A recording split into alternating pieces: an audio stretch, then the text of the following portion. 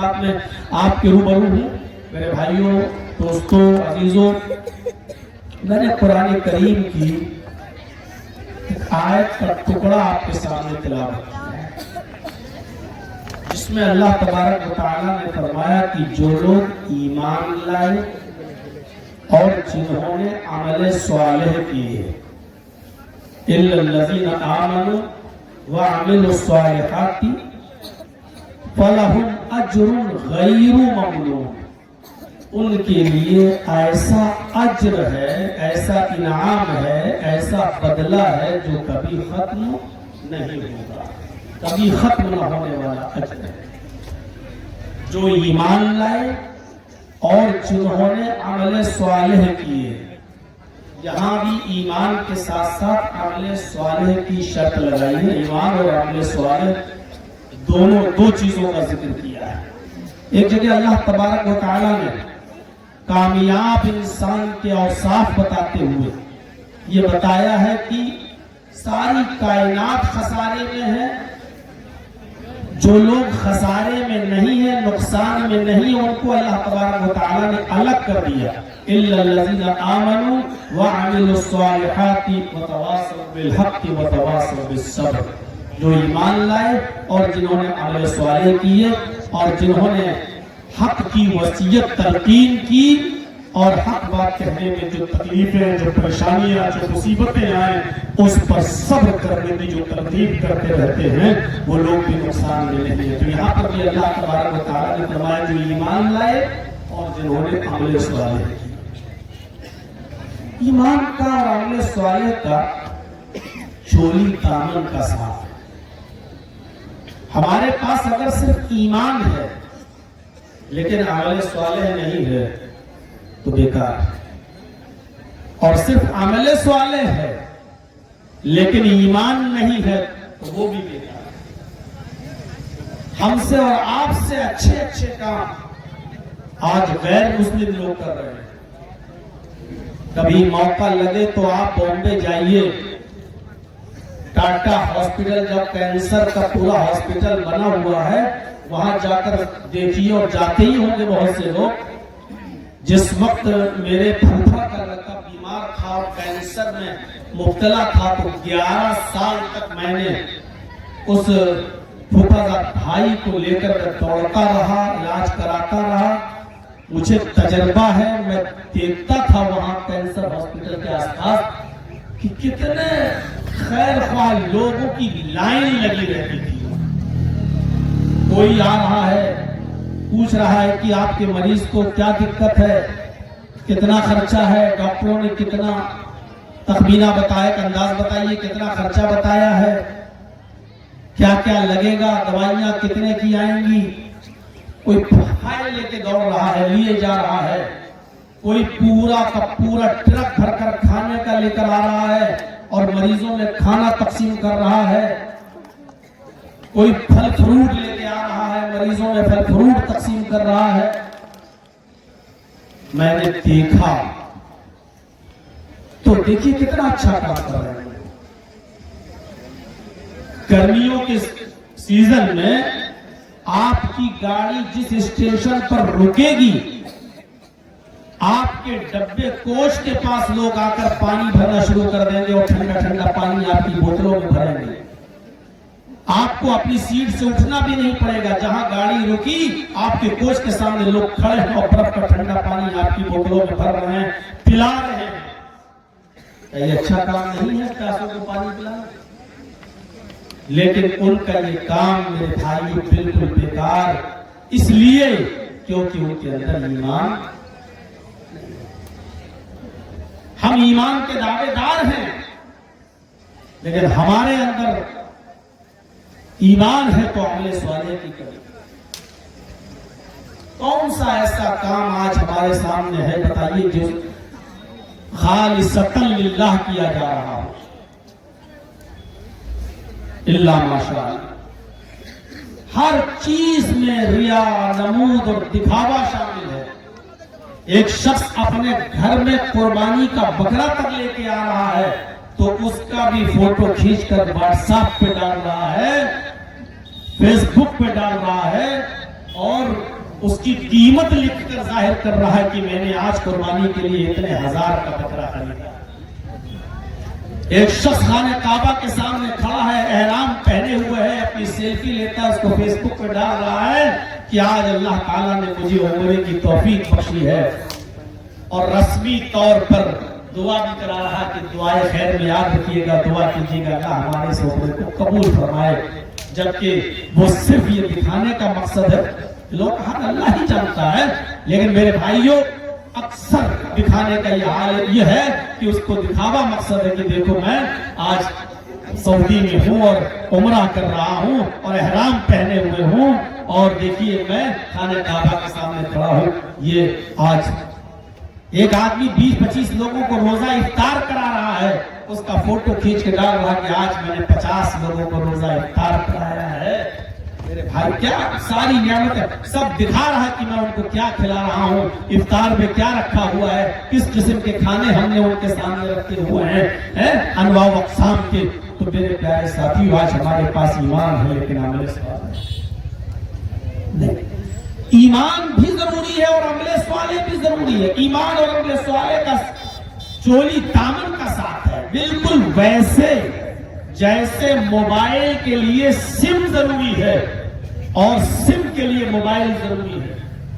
آپ کے پاس موبائل ہے، بہت قیمتی موبائل ہے، آئی فون ہے یا اس سے بھی قیمتی موبائل آپ کے پاس ہے، لیکن اس موبائل کے اندر سم نہیں پڑی ہوئی ہے تو بتائیے وہ موبائل کس کام کا؟ رکھے رہیے 1.5 لاکھ کا موبائل، رکھے رہیے 2 لاکھ کا موبائل، آپ اس کو کان میں لگا کے ہیلو ہیلو کہتے رہیں، کون سنے گا آپ کی بات؟ وہ ایک ڈبہ ہے بس، اس کی کوئی حیثیت نہیں ہے جب تک کہ اس کے اندر سم نہ پڑی ہوئی۔ اور جیسے ہی آپ نے اس کے اندر سم ڈالی، اس سم کے اندر کچھ بیلنس ہے، آپ بات کر سکتے ہیں۔ امریکہ، لندن، سعودی، مصر، کویت، آپ ہر جگہ بات کر سکتے ہیں۔ موبائل کے لیے سم ضروری ہے، اور سم ہے آپ کے پاس لیکن موبائل نہیں۔ اس سم کے اندر ریچارج بھی ہے، 10, 20, 50 ہزار روپے آپ ڈال بھی لیں، بھر لیں اس کو، اس سم میں کتنا بھی بیلنس پڑا ہوا ہو لیکن بیکار ہے۔ آپ اس سم کو کان میں لگا کر آپ ہیلو ہیلو کر کے دیکھیے، کہیں آواز نہیں جائے گی، بھلے ہی اس کے 1 لاکھ روپے پڑا ہوا ہو۔ سم کے لیے موبائل کا ہونا ضروری ہے اور موبائل کے لیے سم کا ہونا ضروری ہے۔ جب یہ دونوں چیزیں ہوتی ہیں تو موبائل کام کرتا ہے اور سم اپنا کام کرتی ہے۔ اسی طریقے سے میرے بھائیوں، ہمارے لیے ہمارے پاس ایمان بھی ہونا چاہیے اور ایمان کے ساتھ ساتھ عمل صالح بھی ہونا چاہیے۔ یہ دونوں چیزیں ضروری ہیں حصول جنت کے لیے۔ جنت کو حاصل کرنے کے لیے دونوں چیزیں ضروری ہیں۔ ایمان ہے، عمل صالح ہے، بیکار عمل صالح ہے لیکن ایمان نہیں۔ ایمان کا موضوع اور عمل صالح کا موضوع بہت وسیع ہے۔ ہم آج پوری بحث صرف اس ٹاپک پر نہیں کریں گے۔ ایمان کی 3 اہم شاخوں کا ذکر ہم آج کریں گے جو ہم نے حدیث پڑھ کر آپ کے سامنے جو رکھی ہے، اس حدیث کے اندر جو 3 چیزوں کا ذکر کیا گیا ہے، کیونکہ ایمان کے شعبے تو بہت سے ہیں۔ نبی اکرم صلی اللہ علیہ وسلم نے فرمایا الایمان بضع و سبعون شعبۃ، ایمان کی 70 سے زیادہ شاخائیں ہیں، ایمان کی 70 سے زیادہ شعبے ہیں۔ بضع و سبعون شعبۃ، ایمان کے 70 سے زیادہ شعبے ہیں۔ یہاں 70 سے مراد کوانٹیٹی نہیں ہے، مقدار نہیں ہے، گنتی نہیں ہے کہ صرف 70 ہے یا 70 سے کچھ زیادہ نہیں، بلکہ بخاری کی شرح لکھتے ہوئے حافظ احمد ابن حجر رحمت اللہ علیہ نے لکھا ہے کہ یہاں کثرت مراد ہے، یعنی ایمان کی بہت زیادہ ایمان کے شعبے ہیں، ایمان کی بہت زیادہ شاخائیں ہیں۔ الایمان بضع و سبعون شعبۃ. کبھی کبھی ہم لوگ بھی اپنے محاوری زبان میں بولتے ہیں ابھی لگائیں گے 50 تھپڑ، ابھی لگائیں گے 50 تماچے. تو 50 تھپڑ مارنے کا مقصد یہ نہیں ہے کہ آپ گن کر اس کو 50 تھپڑ ماریں گے، نہیں، بلکہ آپ یہ بتانا چاہتے ہیں کہ ابھی بہت زیادہ ماروں گا تمہیں. ہوش میں آ جاؤ، اوقات میں آ جاؤ، لائن پر آ جاؤ. اگر آپ اپنی حرکت سے باز نہیں آئے تو میں بہت زیادہ، یعنی بہت بڑی سزا دوں گا، بہت ماروں گا، یہ مطلب ہوتا ہے. تو یہاں جو فرمایا گیا الایمان بضع و سبعون شعبۃ، ایمان کی 70 سے زیادہ شاخائیں ہیں، ایمان کی 70 سے زیادہ برانچز ہیں، ایمان کے 70 سے زیادہ شعبے ہیں. تو یہ ایسے ہی نہیں بتایا گیا صرف 70 سے زیادہ، نہیں، بہت زیادہ، یعنی کثرت ہے، کثرت مراد لی گئی ہے. یعنی ایمان کی بہت سی شاخائیں ہیں. ان میں اللہ کے نبی صلی اللہ علیہ وسلم نے فرمایا پہلی افضل شاخ کیا ہے، ادناہا، اور سب سے کم تر درجے کی شاخ کیا ہے، اور پھر ایک اور شاخ. 3 شاخ کا جو ذکر کیا ہے یہ آج ہمارے معاشرے کی اصلاح کے لیے بے حد ضروری ہے یہ چیز بتانا. فَأَفْضَلُهَا قَوْلُ لَا إِلَهَ إِلَّا اللَّهِ، ایمان کا سب سے افضل درجہ اور ایمان کی سب سے افضل شاخ، ایمان کا سب سے افضل شعبہ کیا ہے؟ قول لا الہ الا اللہ، لا الہ الا اللہ کہنا. کہنے کا مطلب یہ نہیں کہ صرف زبان سے کہہ دیا لا الہ الا اللہ. یہ تو آج بہت سے غیر مسلم بھی کہتے ہیں. مہاتما گاندھی تو اکثر یہ کہا کرتے تھے کہ ایشور اللہ تیرے نام سب کو سلامتی دے بھگوان. وہ بھی اللہ کا نام لے لیا کرتا تھا. لا الہ الا اللہ کہنے کا مطلب یہ ہے کہ لا الہ الا اللہ جن تقاضوں کا مطالبہ کرتا ہے ان تقاضوں کو پورا کرنا. ورنہ جملہ بہت چھوٹا ہے لا الہ الا اللہ. بخاری شریف کی روایت ہے نبی اکرم صلی اللہ علیہ وسلم نے لا الہ الا اللہ کی فضیلت بیان کرتے ہوئے صحابہ کرام سے کہا تھا کہ اے صحابہ کیا تمہیں معلوم ہے کہ لا الہ الا اللہ کی فضیلت کیا ہے؟ اگر ساری کائنات کو ترازو کے پلڑے پہ رکھ دیا جائے، ساری دنیا، ساری کائنات کو ترازو کے پلڑے پر رکھ دیا جائے اور دوسرے پلڑے پر لا الہ الا اللہ کو رکھ دیا جائے اور اس کے بعد پھر ترازو کو اٹھایا جائے، ترازو کو اٹھایا جائے تو لا الہ الا اللہ کا پلڑا جھک جائے گا. یعنی ساری کائنات کا وزن ہلکا اور لا الہ الا اللہ کا وزن بھاری. کیا ہے اس کلمے میں؟ ایسے ہی نہیں کہا تھا اللہ کے نبی صلی اللہ علیہ وسلم نے من قال لا الہ الا اللہ دخل الجنہ، جس نے کہہ دیا اپنی زبان سے لا الہ الا اللہ وہ جنت کے اندر داخل ہوگا. صرف کہنے بھر سے جنت مل جائے گی؟ ایسے ہی نہیں کہا کہ اللہ کے نبی صلی اللہ علیہ وسلم نے کہ من کان آخر کلامہ لا الہ الا اللہ دخل الجنہ، جس کی زبان سے آخری جملہ مرتے وقت لا الہ الا اللہ نکلا اور لا الہ الا اللہ نکلتے ہی اس کی روح قبض عنصری سے پرواز ہو گئی، یہی کہہ کر وہ دنیا سے رخصت ہو گیا، مر گیا، وہ جنت کے اندر داخل ہوگا. ایسے ہی نہیں کہا. لا الہ الا اللہ کا کچھ تو تقاضا ہوگا کہنے کا. یہ صرف لا الہ الا اللہ صرف ایک جملہ نہیں ہے. لا الہ الا اللہ کا معنی صرف یہی نہیں کہ لا الہ الا اللہ اللہ کے علاوہ، یعنی آپ اس بات کا اقرار کر رہے ہیں لا الہ یعنی لا معبود الا اللہ، اللہ کے علاوہ کوئی معبود نہیں ہے. لا الہ الا اللہ کا معنی لا مسجود الا اللہ، اللہ کے علاوہ کوئی بھی سجدے کے لائق نہیں ہے. لا الہ الا اللہ کا معنی ہی یہی ہے کہ اللہ کے علاوہ کسی پر بھی ویسا بھروسہ نہیں کیا جا سکتا. توکل اور بھروسے کے لائق ذات اللہ کی، سجدے کے لائق ذات اللہ کی، یہ لا الہ الا اللہ کا معنی اور مطلب یہ ہے. لا الہ الا اللہ ہے ہی وہ ایسا جملہ کہ ایک انسان زندگی بھر گناہ کرتا ہے، زندگی بھر برائیوں میں مبتلا رہتا ہے، زندگی بھر گناہ کے کام کرتا رہتا ہے، 70 سال تک 80 سال تک گناہ کے کام کرتا رہتا ہے اور شرک اور کفر میں مبتلا رہتا ہے، اپنے آپ کو جہنم کے گڑھے کے قریب اس نے اپنے آپ کو پہنچا لیا ہے، لیکن اچانک اس کو کلمے کی توفیق مل جاتی ہے اور کلمہ پڑھ لیتا ہے مرنے سے پہلے۔ وہی 80 سال کا بوڑھا ابھی کلمہ پڑھتا ہے لا الہ الا اللہ، اور اس کلمے کے اقرار کے بعد وہ اسلام کے اندر داخل ہو جاتا ہے۔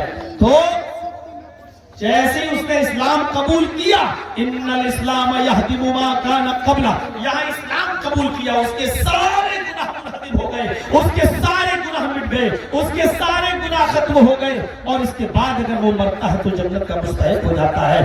یعنی یہ کلمہ وہ کلمہ ہے کہ ایک شخص 80 سال تک گناہ، شرک اور کفر کی دلدل میں ٹامے ٹولیاں مار رہا تھا، اسی میں پڑا ہوا تھا، مرنے سے پہلے اس کی زبان سے لا الہ الا اللہ کا اقرار ہو جاتا ہے، اس کلمے کا اقرار کر لیتا ہے اور یہ شخص جنت کا مستحق ہو جاتا ہے۔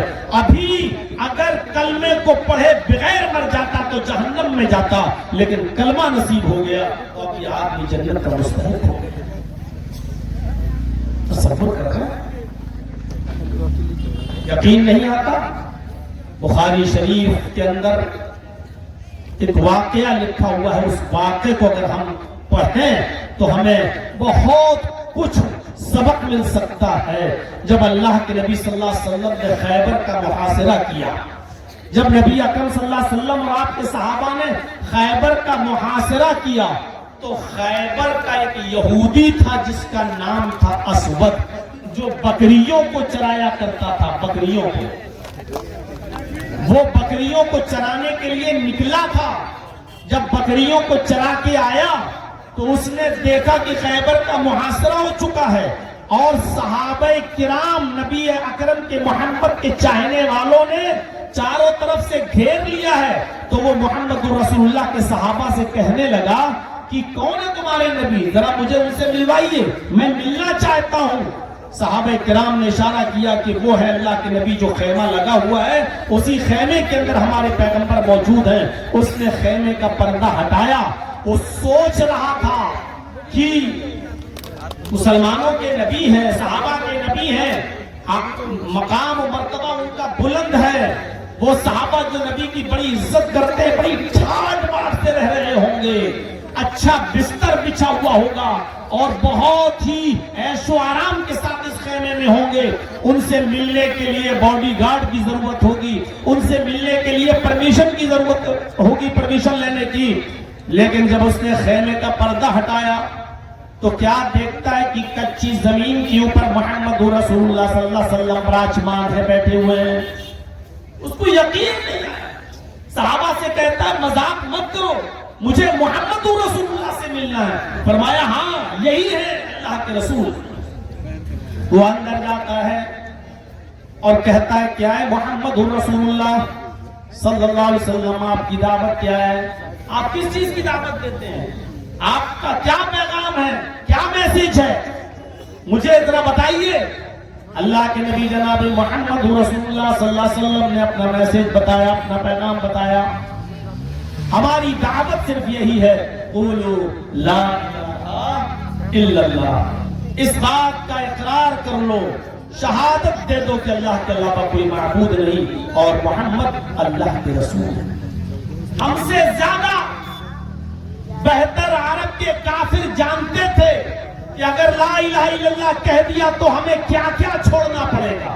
صرف لا الہ الا اللہ محمد رسول اللہ کہلوا نہیں رہے ہیں، لا الہ الا اللہ کہلوانے کے پیچھے کیا کیا چیزیں ہمیں کہنے کے بعد چھوڑنا پڑیں گی۔ عرب کے کافر اچھی طریقے سے جانتے تھے، وہ جانتے تھے کہ ہم جو 360 مورتیاں اور بت رکھے ہوئے خانہ کعبہ میں ان کو چھوڑنا پڑے گا۔ وہ جانتے تھے کہ ود، سوا، یغوث، یعوق اور نصر، ہم جو ان سے حیب اور مدد طلب کرتے ہیں ان کو چھوڑنا پڑے گا۔ وہ جانتے تھے کہ لا الہ الا اللہ کہنے کے بعد ہمیں کن کن کو چھوڑنا پڑے گا۔